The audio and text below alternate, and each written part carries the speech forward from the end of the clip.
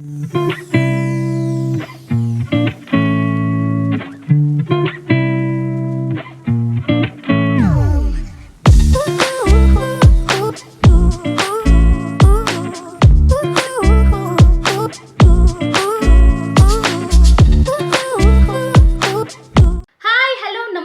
ಅಶ್ವಿನಿ, ನೀವು ನೋಡ್ತಾ ಇದ್ದೀರಾ ಕನ್ನಡ ಅನ್ಬಾಕ್ಸ್ ಯೂಟ್ಯೂಬ್ ಚಾನಲ್.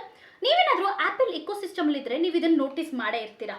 ನಮ್ಮ ಮ್ಯಾಕ್ ಲ್ಯಾಪ್ಟಾಪಲ್ಲಿ ಆ್ಯಂಡ್ ಈವನ್ ಐಫೋನ್ ಆ್ಯಂಡ್ ವಾಚಲ್ಲಿ ನಮಗೆ ಕ್ಯಾಲ್ಕುಲೇಟರ್ ಅಪ್ಲಿಕೇಶನ್ ಇದೆ. ಬಟ್ ಐಪ್ಯಾಡಿಗೆ ಬಂದರೆ ನಮಗೆ ಕ್ಯಾಲ್ಕುಲೇಟರ್ ಅಪ್ಲಿಕೇಶನ್ ಇಲ್ಲ.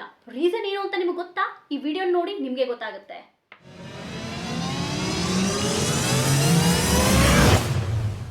ವೇ ಬ್ಯಾಕ್ ಆ್ಯಪಲ್ ಅವರು ಐಪ್ಯಾಡ್ನ ಡೆವಲಪ್ ಮಾಡುವಾಗ ಇದು ಕಂಪ್ಲೀಟ್ ಸಾಫ್ಟ್ವೇರ್ ಡೆವಲಪ್ಮೆಂಟ್ ಆ್ಯಂಡ್ ಇಂಟರ್ಫೇಸ್ನ ನೋಡ್ಕೊಳ್ತಾ ಇದ್ದಿತ್ತು ಸ್ಕಾಟ್ ಫೋಸ್ಟಲ್ ಅವರು. ಇನಿಷಿಯಲಿ ನಮಗೆ ಐಪ್ಯಾಡಲ್ಲಿ ಕ್ಯಾಲ್ಕುಲೇಟರ್ ಅಪ್ಲಿಕೇಶನ್ನ ಇನ್ಸ್ಟಾಲ್ ಮಾಡಿದರು. ಅದು ಬಂದು scaled up version of iPhone calculator. So ಇನ್ನೇನು 1 ಮಂತಲ್ಲಿ ನಮಗೆ ಈ ಐಪ್ಯಾಡ್ಸ್ ಎಲ್ಲ ಶಿಪ್ಮೆಂಟ್ ಆಗಬೇಕು. ಆಗ the CEO and the founder of apple Steve jobs ಅವರು ಈ ಕ್ಯಾಲ್ಕುಲೇಟರ್ ಅಪ್ಲಿಕೇಶನ್ನ ನೋಡಿ ಸಖತ್ತು ಡಿಸಪಾಯಿಂಟ್ ಆದರು.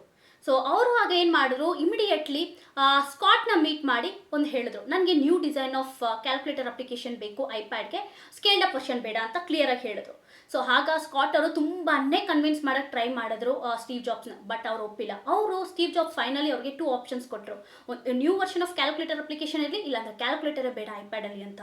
ಆಗ ಸ್ಕಾಟ್ ಯೋಚನೆ ಮಾಡಿದ್ರು, ಯಪ್ಪ ಇನ್ನು 1 ಮಂತ್ ಟೈಮ್ ಇದೆ ನಮಗೆ. ಈ 1 ಮಂತ್ ಟೈಮಲ್ಲಿ ನಮಗೆ ನಾನು ಇವಾಗ ಒಂದು ಕಂಪ್ಲೀಟ್ ಡಿಸೈನ್ನ ಸೆಟ್ ಮಾಡಬೇಕು, ಒಂದು ಡಿಸೈನ್ ಟೀಮ್ನ ಸೆಟ್ ಮಾಡಬೇಕು. ಇನ್ನು 1 ಮಂತಲ್ಲಿ ಕ್ಯಾಲ್ಕುಲೇಟರ್ ಅಪ್ಲಿಕೇಶನ್ ರೆಡಿ ಆದರೂ ಸ್ಟೀವ್ ಜಾಬ್ಸ್ನ ಹೇಗೆ ಕನ್ವಿನ್ಸ್ ಮಾಡೋದು, ಅವ್ರಿಗೆ ಒಂದು ಕ್ವಶನ್ ಮಾರ್ಕ್ ಆಗಿತ್ತು.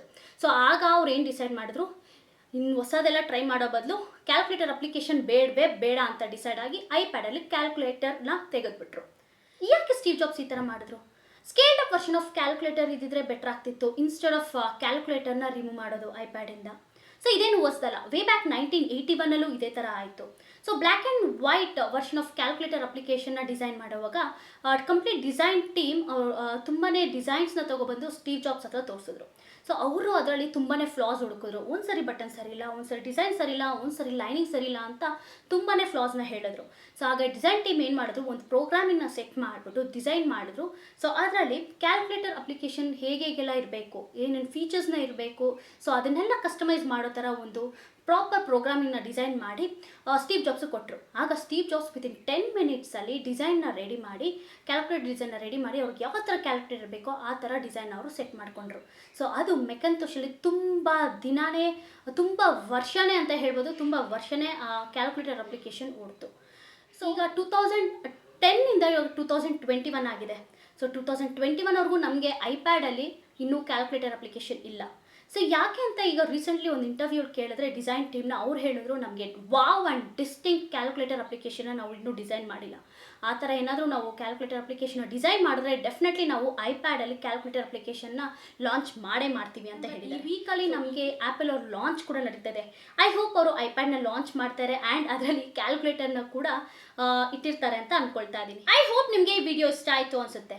ಸೊ ಎವ್ರಿ ಮಂಡೇ ಇನ್ಮೇಲೆ ಟೆಕ್ನಿಕಲ್ ರಿಲೇಟೆಡ್ ಫ್ಯಾಕ್ಟ್ಸ್ ನಿಮ್ಮ ಮುಂದೆ ನಾನು ಹೇಳ್ತೀನಿ ಕನ್ನಡ ಅನ್ಬಾಕ್ಸ್ ಯೂಟ್ಯೂಬ್ ಚಾನಲಲ್ಲಿ. ಇದೇ ಥರ ಫ್ಯಾಕ್ಟ್ಸ್ ನೀವು ತಿಳ್ಕೊಬೇಕು ಅಂದರೆ, ಯಾವುದ್ರ ಬಗ್ಗೆ ಆದರೂ ಫ್ಯಾಕ್ಟ್ಸ್ ತಿಳ್ಕೊಬೇಕು ಅಂದರೆ ಪ್ಲೀಸ್ ಕಮೆಂಟ್ ಮಾಡಿ, ಅದ್ರ ಬಗ್ಗೆ ರಿಸರ್ಚ್ ಮಾಡಿ ನಾನು ನಿಮ್ಮ ಮುಂದೆ ತರ್ತೀನಿ.